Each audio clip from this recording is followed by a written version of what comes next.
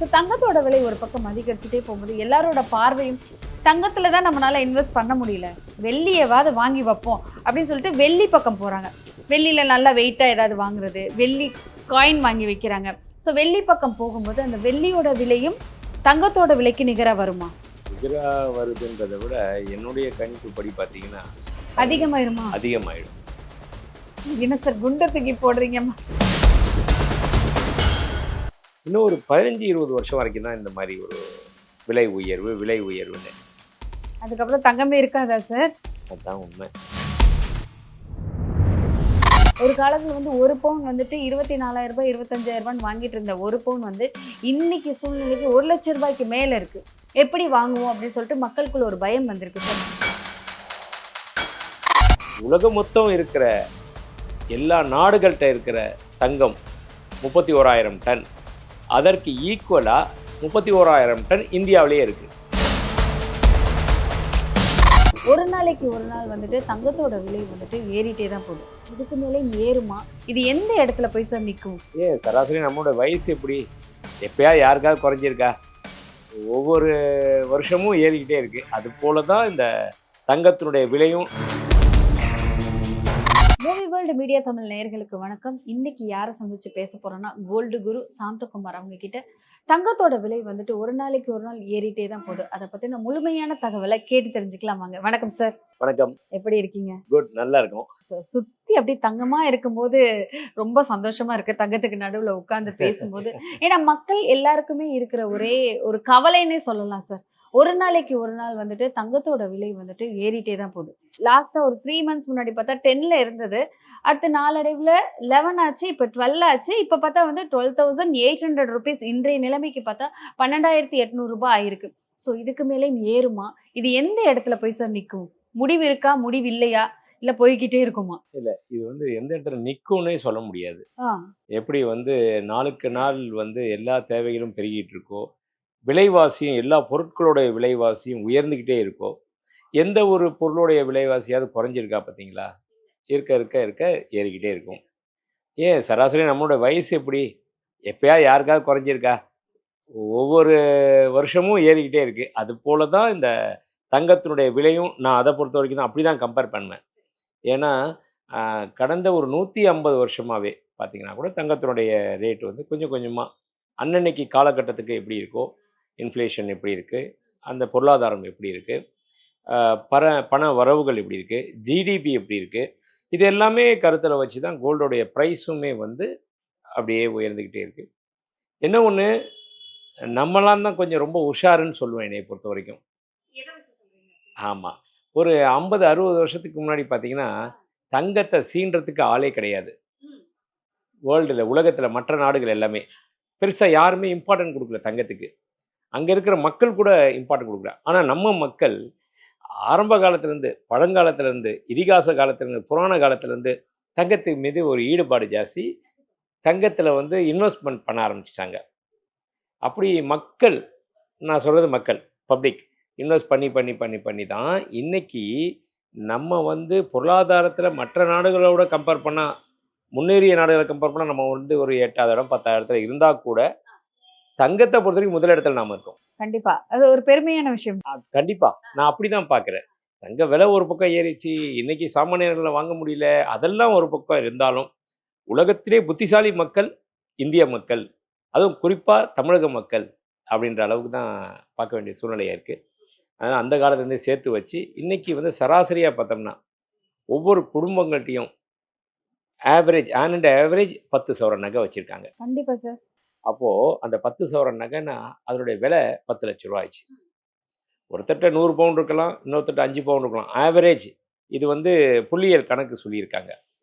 ஒவ்வொரு நம்ம இந்தியாவில் இருக்கிற ஒவ்வொரு குடும்பத்திட்டையும் 10 சவரன் நகை இருக்குன்னு. அதாக சொல்லப்போனால் 26,000 டன்னுக்கு மேலே நம்ம மக்கள்கிட்ட மட்டும் இருக்குது. இது எதை குறிக்குது அப்படின்னா, உலகம் மொத்தம் இருக்கிற எல்லா நாடுகள்கிட்ட இருக்கிற தங்கம் 31,000 டன், அதற்கு ஈக்குவலாக 31,000 டன் இந்தியாவிலேயே இருக்குது. மக்கள்கிட்ட இருக்குது, கவர்மெண்ட் கிட்ட இருக்குது, அதுக்கப்புறம் அரசியல்வாதிகிட்ட இருக்குது, அதுக்கப்புறம் கோயில்களில் இன்னும் சில கோயில்கள்லாம் எவ்வளோ இருக்குன்னே இன்னும் வெளியில் வரல, அந்த அளவுக்கு இருக்குது. அந்த மாதிரி இருக்குது. இது எல்லாமே ஒட்டுக்க சேர்த்தோம்னா அந்த உலகத்தில் இருக்க எல்லா நாடுகள்கிட்டையும் பேங்க்ல ரிசர்வ்ல இருக்க தங்கத்தை விட நம்மள்ட்ட அதிகமாக இருக்குது. தங்கம் ஃபுல்லா நம்ம கிட்ட தான் நம்ம இருக்கு. கிட்ட தான் இருக்கு. அதாவது சொல்லப்போனா உலகத்துல 1,90,40,000 டன் 90,040 டன். அதாவது 2,00,000 டன் இன்னும் வரல. 1,90,040 டன் கோல்டு தான் இது வரைக்கும் வெட்டி பூமியிலேருந்து எடுத்து தங்கமா உலகம் ஃபுல்லா இருக்கு. அதுலயே 24% வந்து நம்மள்ட்ட இருக்கு. பரவால்ல சார். கேட்கும்போது ரொம்ப சந்தோஷமா இருக்கு. மக்கள் வந்துட்டு எப்பயுமே இன்வெஸ்ட்மென்ட் அப்படின்னு பார்க்கும்போது, ஒரு சீட்டு கட்டினாலும் வந்து நகை வாங்கணும்னா, ஒரு ரொம்ப கம்மியா சம்பளம் வாங்குறவங்களோட மைண்ட் செட் கூட என்னன்னா, தங்கம் வாங்குனா அது ஃபியூச்சர்ல நம்மளுக்கு உதவும். ஒரு பிசினஸ் பண்றதுக்கோ, ஏதோ ஒரு வீடு கட்டுறதுக்கோ, ஏதோ ஒரு விஷயத்துக்கோ அந்த தங்கம் நம்மளுக்கு உதவும்.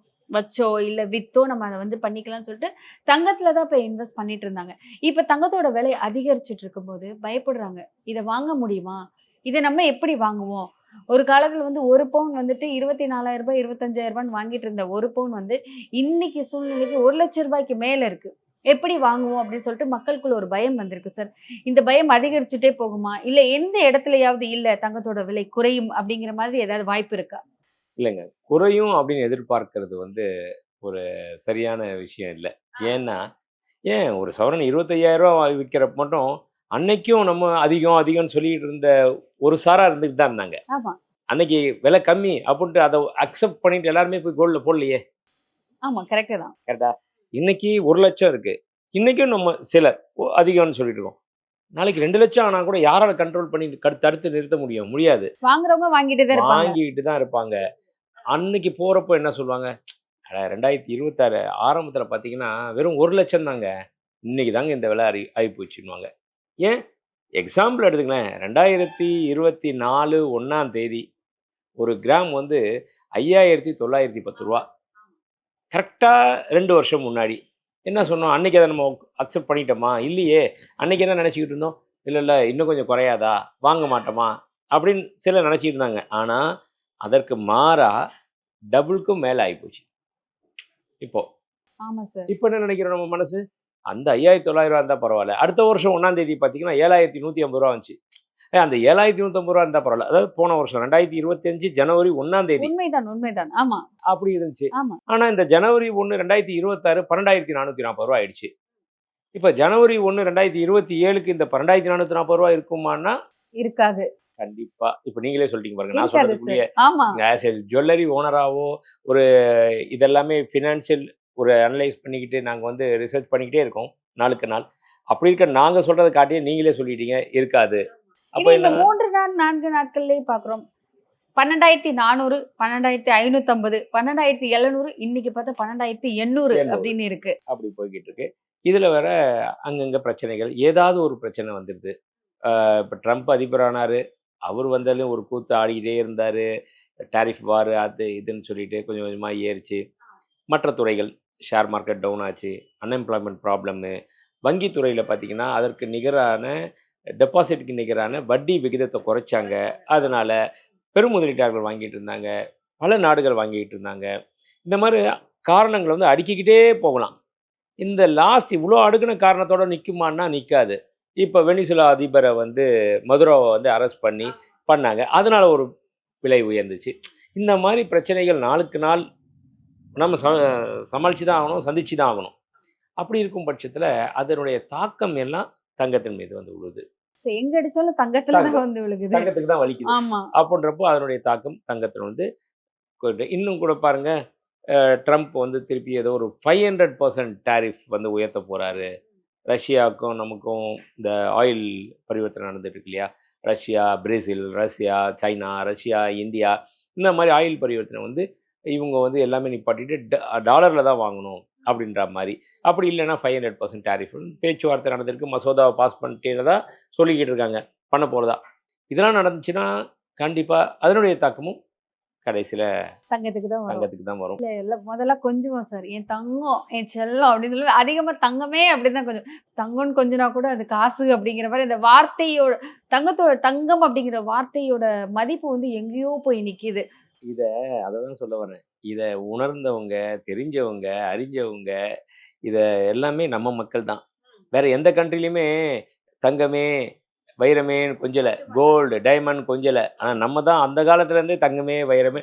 அப்போ அது ஒரு ப்ரீஷியஸ் மெட்டல்ன்றத நம்ம முன்னோர்கள் கணிச்சுட்டாங்க. இது பின்னாடி வந்து வரப்போகக்கூடிய ஒரு விஷயம். அதே மாரி தான் இப்ப கூட நம்ம கணிச்சிருக்கு எப்படி பார்த்தீங்கன்னா, இன்னும் ஒரு 15, 20 வருஷம் வரைக்கும் தான் இந்த மாரி ஒரு விலை உயர்வுன்னு. அதுக்கப்புறம் தங்கமே இருக்காதா சார்? அதுதான் உண்மை. தங்கம் யார் யார்கிட்டலாம் இருக்கோ அவங்க வைக்கிறது தான் ரேட்டு. டிமாண்ட் அண்ட் சப்ளைய பொறுத்து இருக்கு. இது இப்போ இந்த இந்த படத்துலலாம் காமிப்பாங்களே சார், இவர்கிட்ட இவ்வளவு தங்கம் இருக்கு. ஸ்மக்லிங் படம் அந்த மாதிரி அந்த ஆயிருமா? மாரி தான் ஆகும். ஏன்னா, இப்பயாவது ஒரு ரெகுலேஷன்ஸ் இருக்கும். ஆமா. தங்கம் வந்து கோல்டு கட்டுப்பாடு. இந்த ரேட்டு தான் சொல்லி ஒரு அசோசியேஷன் வந்து ரேட்ட ஃபிக்ஸ் பண்ணும். அதுக்கப்புறம் என்ன ஆகும்னா, யார் தங்கம் விக்க வராங்களோ ஆன்லைன்ல, அவங்க இன்னைக்கு ரூ. 25,000 கிராம் அப்படின்னு ஃபிக்ஸ் பண்ணுவாங்க. அப்போ அதுக்கு யாராவது அந்த விலை குடுத்து வாங்குறவங்க இருந்தா வாங்குவாங்க. இல்லன்னா பிட் பண்ணுவாங்க. இல்லங்க 18,000க்கு தர்றீங்களா? இன்னொருத்தர் 18,500 தர்றீங்களா?